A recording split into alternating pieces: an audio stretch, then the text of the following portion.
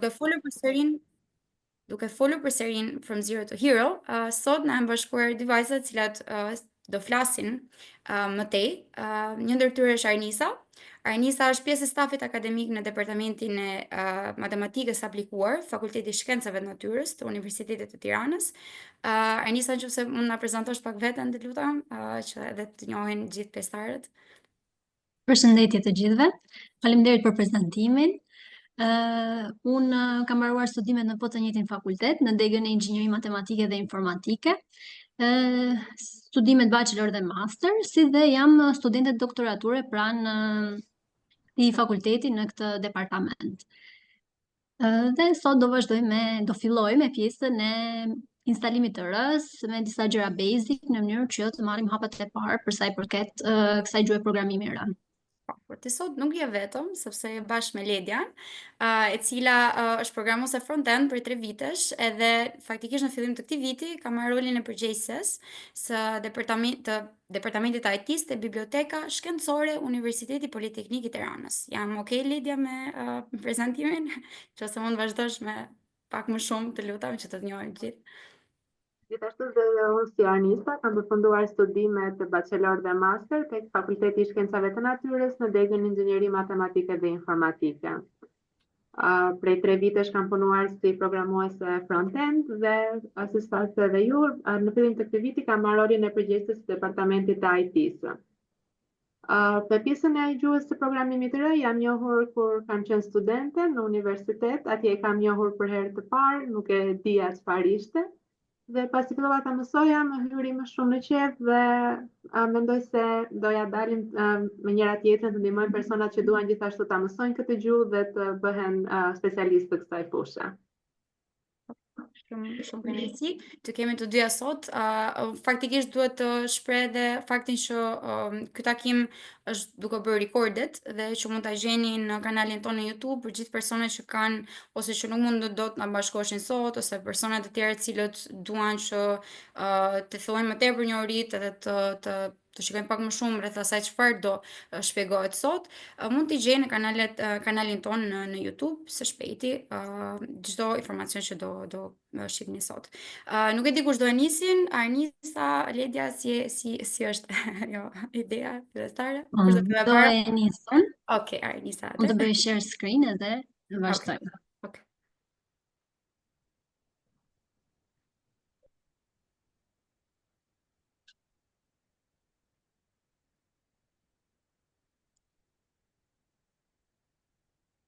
Mirë, besoj që duket.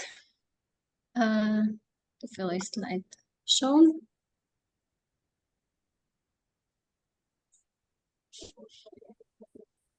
Dallohet? Po, është okay. Okay. Mirë, tani me qenë se ne bëm një prezantim për veten, këtu gjeni dhe adresat e-mailit në të cilat mund të na kontaktoni për më shumë informacion, për të lidhur me njëri tjetrin, dhe për të krijuar këtë rrjetin e Our Ladies, dhe jo vetëm ladies, por mund të na bashkohen edhe të tjerë. Djemt kam pak problem të pjesën, sepse mendojnë se është emri Our Ladies edhe nuk duan të bashkohen, por që edhe djemt po na bashkohen. Mirë, do nisim me instalimin e R-s. Kemi përgatitur disa slajde me screenshot të mënyrës së instalimit të R-s. Është një procedurë shumë e thjeshtë në fakt, kështu që mund ta bëjmë direkt instalimin duke klikuar në linkun ose thjesht duke kërkuar Cranr në Google, dhe faqja e Cranr-s është e tillë ku ne mund të bëjmë instalimin për secilin nga sistemeve të operimit që kemi në kompjuter. Kështu që ne do trajtojmë rastin për instalimin e R-s në Windows dhe pasi hapet kjo faqe, mjafton që thjesht të klikojmë tek linku për downloadimin e R-s nga Windows-i. Pastaj faqja e dytë që na hapet pas klikimit të instalimit të R-s për Windows, kemi instalimin e R-s për herë të parë. Kështu që të gjithë këto fjalët këtu janë të klikueshme me hyperlink, kështu që ne kalojmë direkt më pas në instalimin e R-s. tek linku i downloadimit për Windows. Versionet e rës në fakt janë shumë gjithmonë në update, kështu që versioni më i fundit tani është 4.4.3. Megjithatë, pra i del direkt në momentin kur hapet faqja e rës. Dhe gjithmonë rrin në updatim për versionet e reja. Tani, në momentin që ne na instalohet pjesa e execution file, ne do hapim atë filin e ekzekutimit dhe do fillojmë të shtypim pastaj komandat next në mënyrë që ne të bëjmë instalimin e programit. Faqja e parë ose dialog box i parë që na hapet është për sa i përket termave, terms and conditions ose disa rregulla që ka RE-ja, por që përgjithsisht të japim next. Pastaj do kalojmë tek folderi ku ne duam që të na ruhet RE-ja, automatikisht ruhet në program files, por që ne dhe mund ta ndryshojmë duke shtypur pastaj browse dhe të zgjedhim një folder tjetër ku do mbajmë të gjithë informacionet për sa i përket RE-s. Pasi klikojmë next, kalojmë në këtë dialog boxin tjetër, ku kemi të çekuara automatikisht by default disa komponente të cilat ne duam që të jenë të instaluara në programin RE. Këtu nuk është e nevojshme që të bëjmë ndryshime, prandaj kalojmë përsëri me next dhe arrim tek pjesa e drejt fundit ku zgjedhim nëse duam që të bëjmë customize ose ta bëjmë në një mënyrë të veçantë mënyrën e startupit të RE-s, por përgjithsisht mund të zgjedhim opsionin që jepet by default që është no dhe të kemi të njëjtin startup që është i përgjithshëm për çdo herë që hapet RE-ja. Më pas kemi dhe dy dialog boxet e fundit ku ne vendosim që të krijohet një program shortcut në start menu folder, si dhe gjithashtu është e rëndësishme që ne t'i krijojmë dhe një shortcut në desktop, meqense do e kemi më të lehtë aksesueshme RE-n kur duam që ta hapim.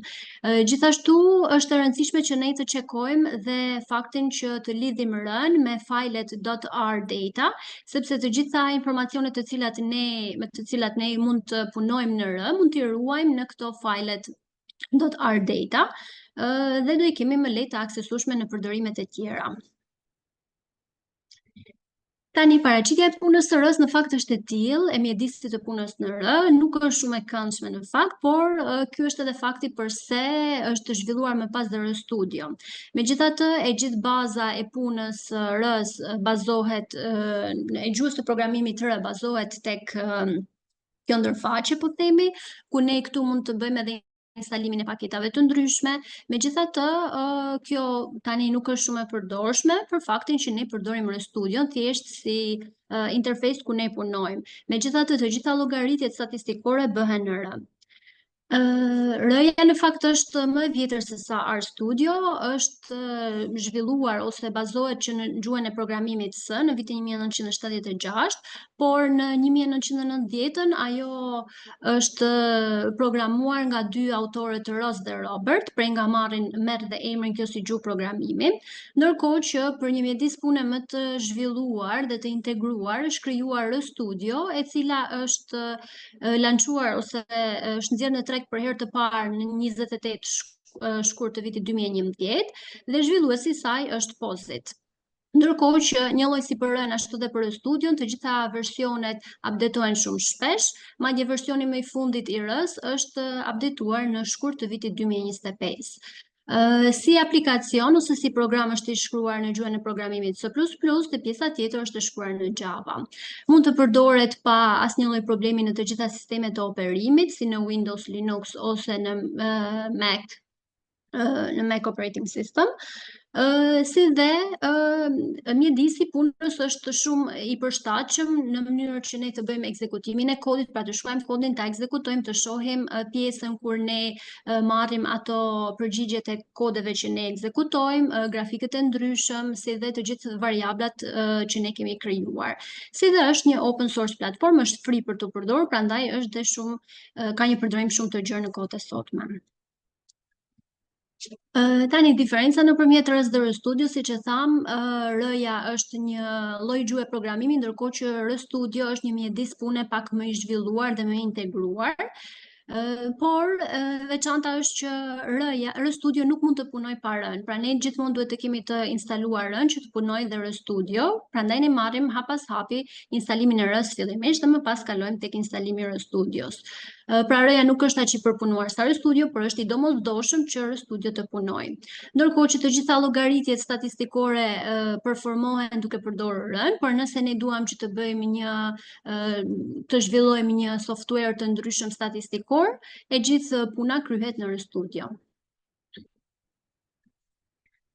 Tani do kalojmë tek instalimi i RStudios. Për të instaluar RStudion, tham që ne na duhet të kemi R-n fillimisht. Pastaj, instalimi i RStudios është mjaft i thjeshtë nëpërmjet klikimit të këtij linku ose thjesht duke kërkuar RStudio install në Google edhe na del faqja e Pozit që është zhvilluesi i RStudios.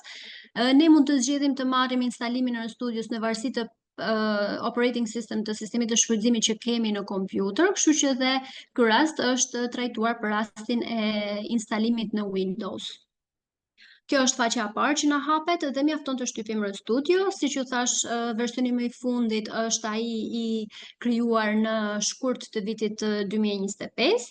Dhe instalimi edhe i RStudios është mjaft i thjeshtë. Në momentin që ne vendosim download RStudio Desktop for Windows, ne zgjedhim këtu pastaj edhe cili do jetë execution file në mënyrë që ose ai fajli i ekzekutimit që ne të bëjmë pas instalimin e RStudios.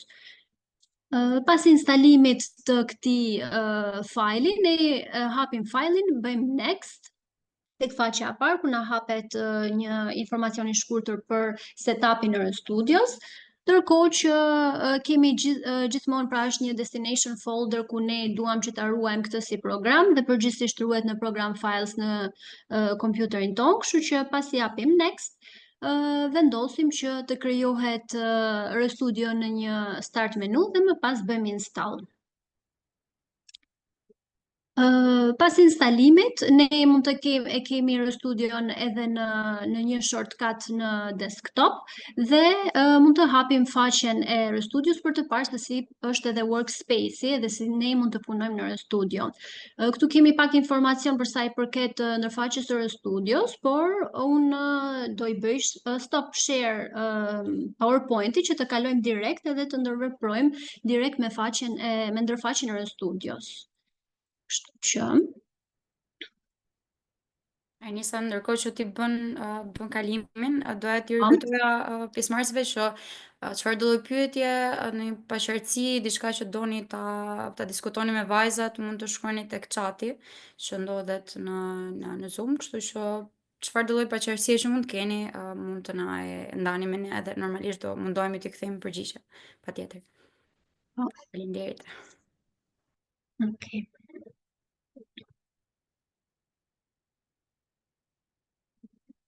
Tani, mjedisi punës në R është në RStudio, është i tillë se ne shpesh e përdorim pa ndonjë lloj diferencimi në të shprehur R dhe RStudio, por në fakt gjithmonë punojmë në RStudio dhe sa herë që themi R është që ne kemi gjithmonë punën tonë në RStudio. Tani, ndërfaqja e RStudios është e tillë, ka 3 dritare, ku në të majt ne kemi konsolin, pas këtij opsionit të si shenja më e madhe, ne mund të shkruajmë çdo lloj komande dhe mund ta përdorim RStudion si një makinë llogaritëse, që është basic, pra gjëja më e thjeshtë që ne mund të bëjmë në R, më pas edhe të gjitha komandat edhe të gjithë kodet që ne krijojmë ekzekutohen në konsol.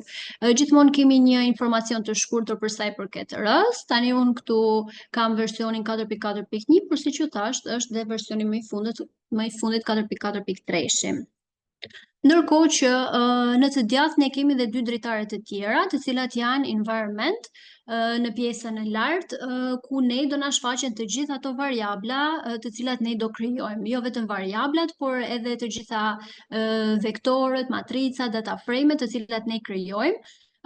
Vendosen në këtë pjesën e environment. Kemi gjithashtu edhe opsionin e history, ku ne na dalin të gjithë historiku i këtyre komandave të cilat ne kemi përdorur. Ndërkohë që mund të kalojmë tek pjesa e dritares në të djathtë poshtë, ku opsioni i parë është Files.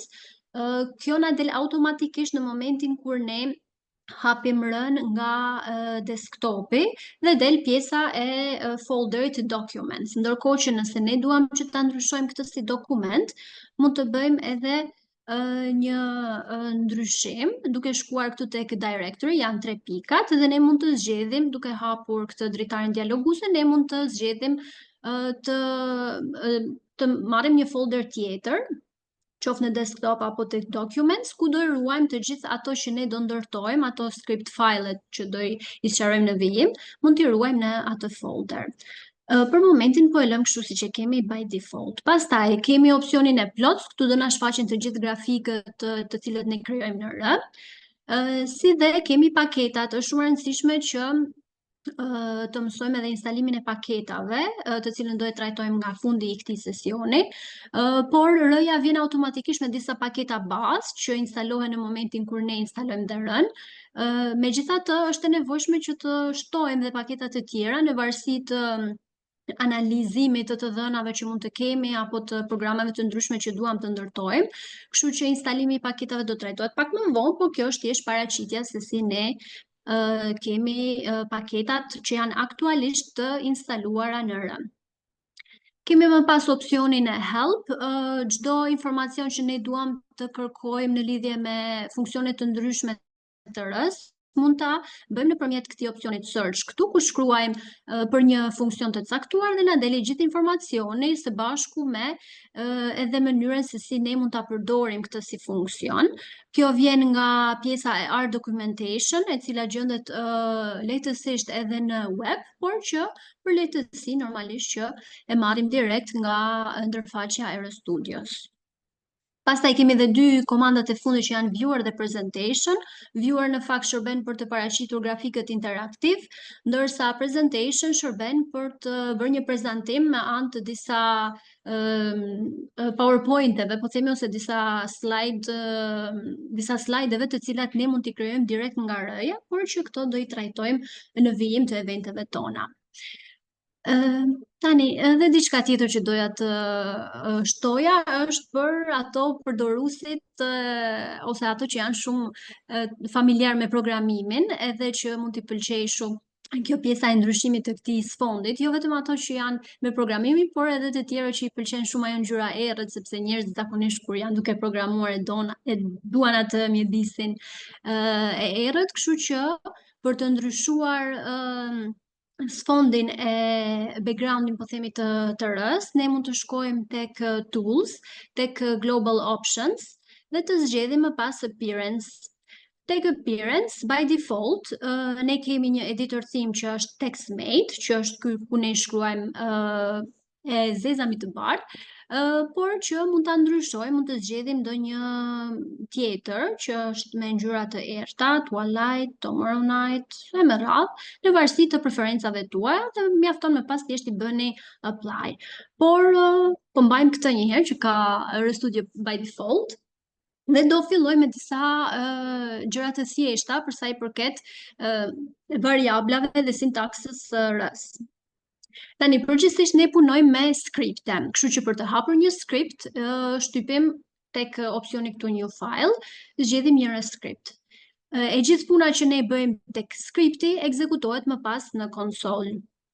Kështu që ne këtu mund të shkruajmë dhe veprimet më të thjeshta matematikore, siç ju thash, për shembull 5+3, për ta ekzekutuar, ose mund ta selektojmë dhe t'i bëjmë opsionin Run, ose mjafton që të mbajmë kursorin në këtë rresht dhe pastaj shtypim Ctrl Enter.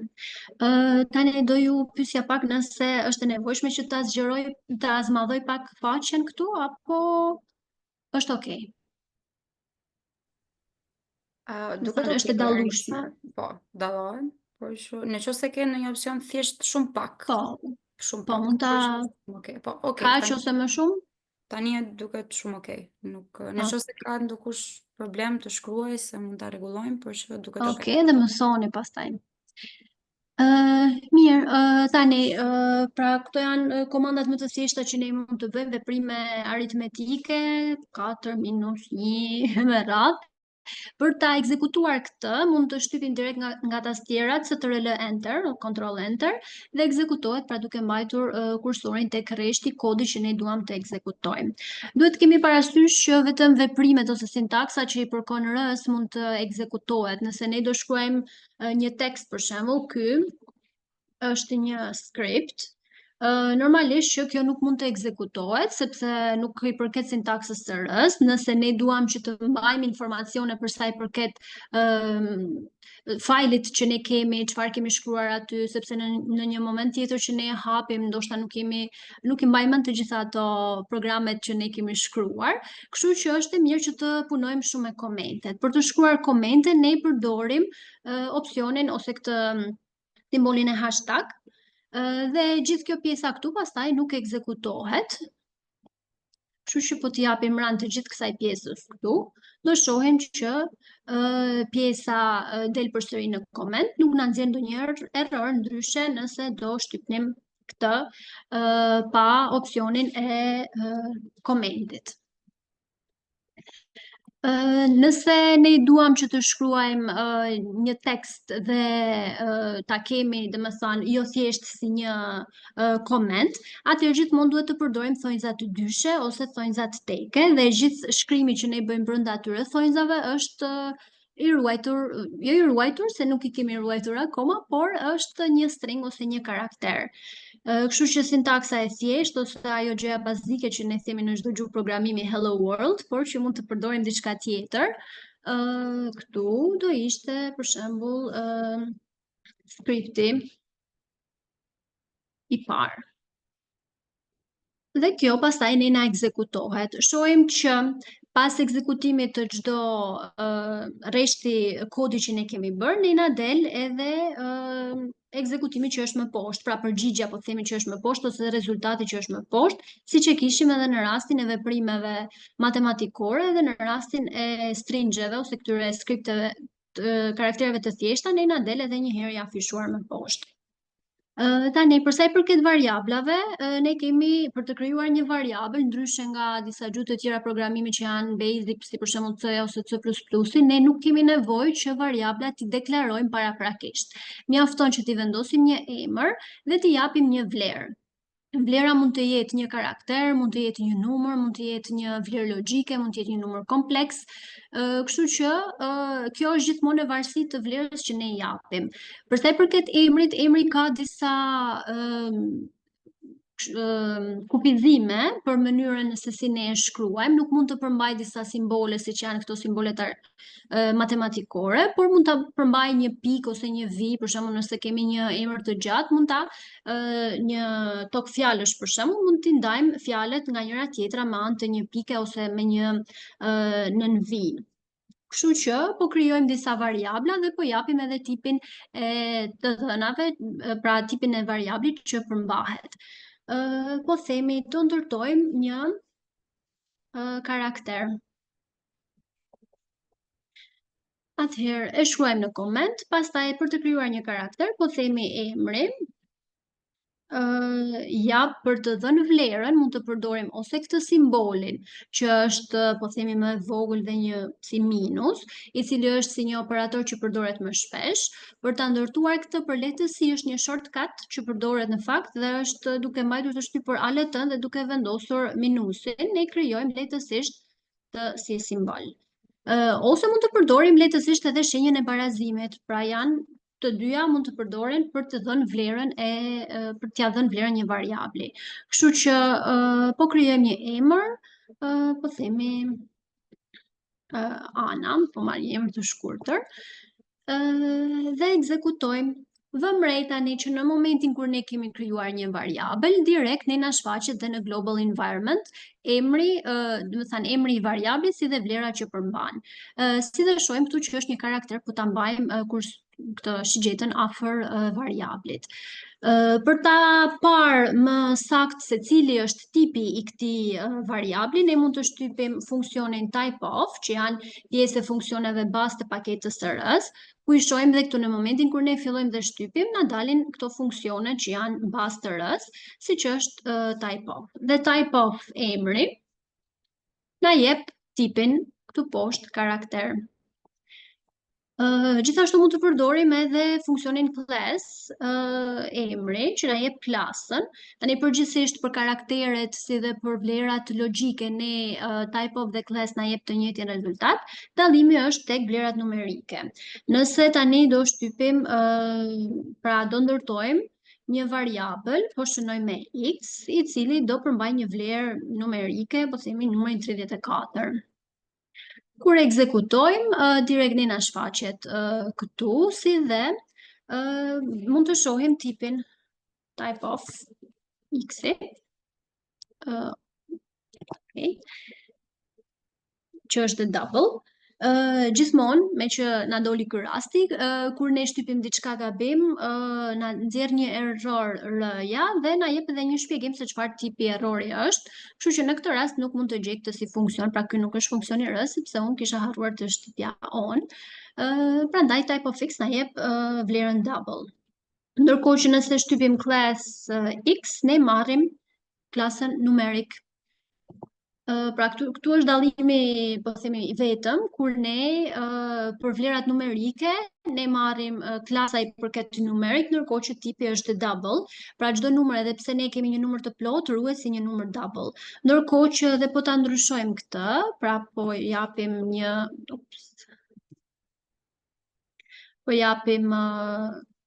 një vlerë tjetër dhe po e shënojmë y-i, po themi, me numrin 3.2, tani ne duam të shohim se çfarë klase ka y-i dhe tipin, që është një numër dhjetor, përsëri tipi është double dhe klasa është numeric. Pra pavarësisht se ne kemi shkruar kështu si një numër të plot.